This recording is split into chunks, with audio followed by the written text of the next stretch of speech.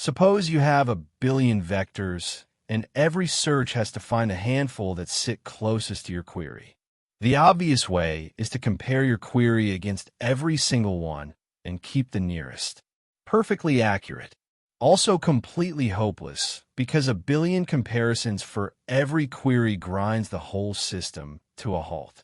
So here is the trick that makes modern vector search possible. What if you could skip almost all of those comparisons and still land on the right answers nearly every time? That is approximate nearest neighbor search, and it is the quiet engine inside every vector database. Let's dig in. First, let's see the gap between doing this exactly and doing it approximately.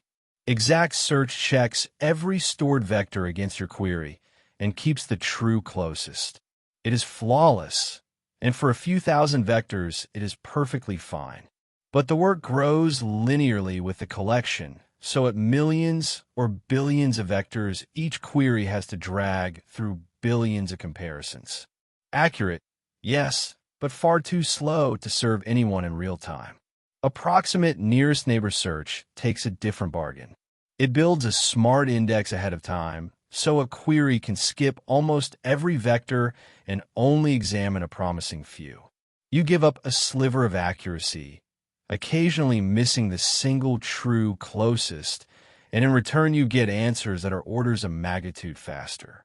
At scale, that trade is genuinely the only thing that works.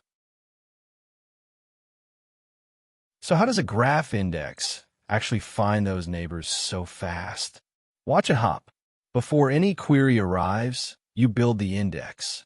Each vector gets linked to a handful of its nearby vectors, forming a proximity graph.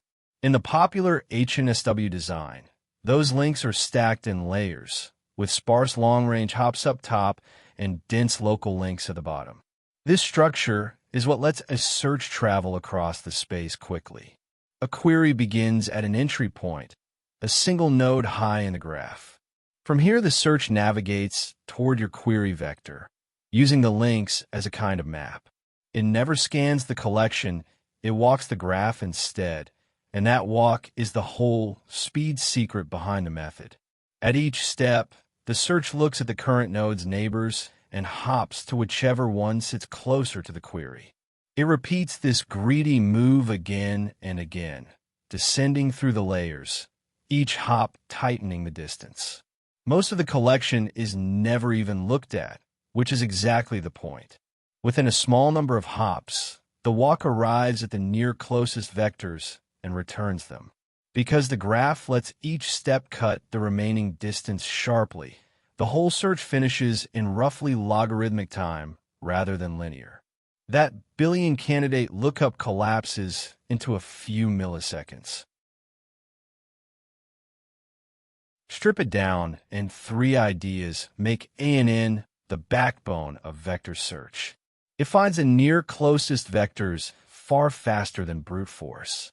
Instead of comparing against every entry, it consults an index that rules out the vast majority up front, turning an impossible linear scan into a quick, targeted lookup over a tiny, promising slice of the data. It leans on specialized indexes, and there's a small family of them. Proximity graphs like HNSW link each vector to its neighbors and hop toward the query. IVF clusters the vectors and searches only the nearest clusters. Product quantization compresses vectors so many more fit in memory. Different trade-offs, same goal. It trades a little recall for enormous speed. The approximate part means it may occasionally miss the single true closest vector, measured by recall, but the index settings let you tune that dial. In practice, recall is pushed well beyond 99% while staying orders of magnitude faster than exact search. All right, let us lock in the essentials. Approximate nearest neighbor search finds the vectors closest to a query almost exactly, but vastly faster than checking every single one. Exact brute force is accurate but linear in the collection size, which makes it hopelessly slow once you reach millions or billions of vectors.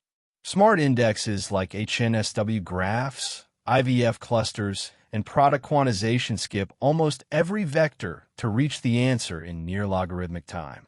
Its central knob trades a little recall for latency, which is why ANN quietly powers every vector database at scale. If untangling the machinery behind AI search is your thing, we unpack far more of it over at standarity.com. See you there.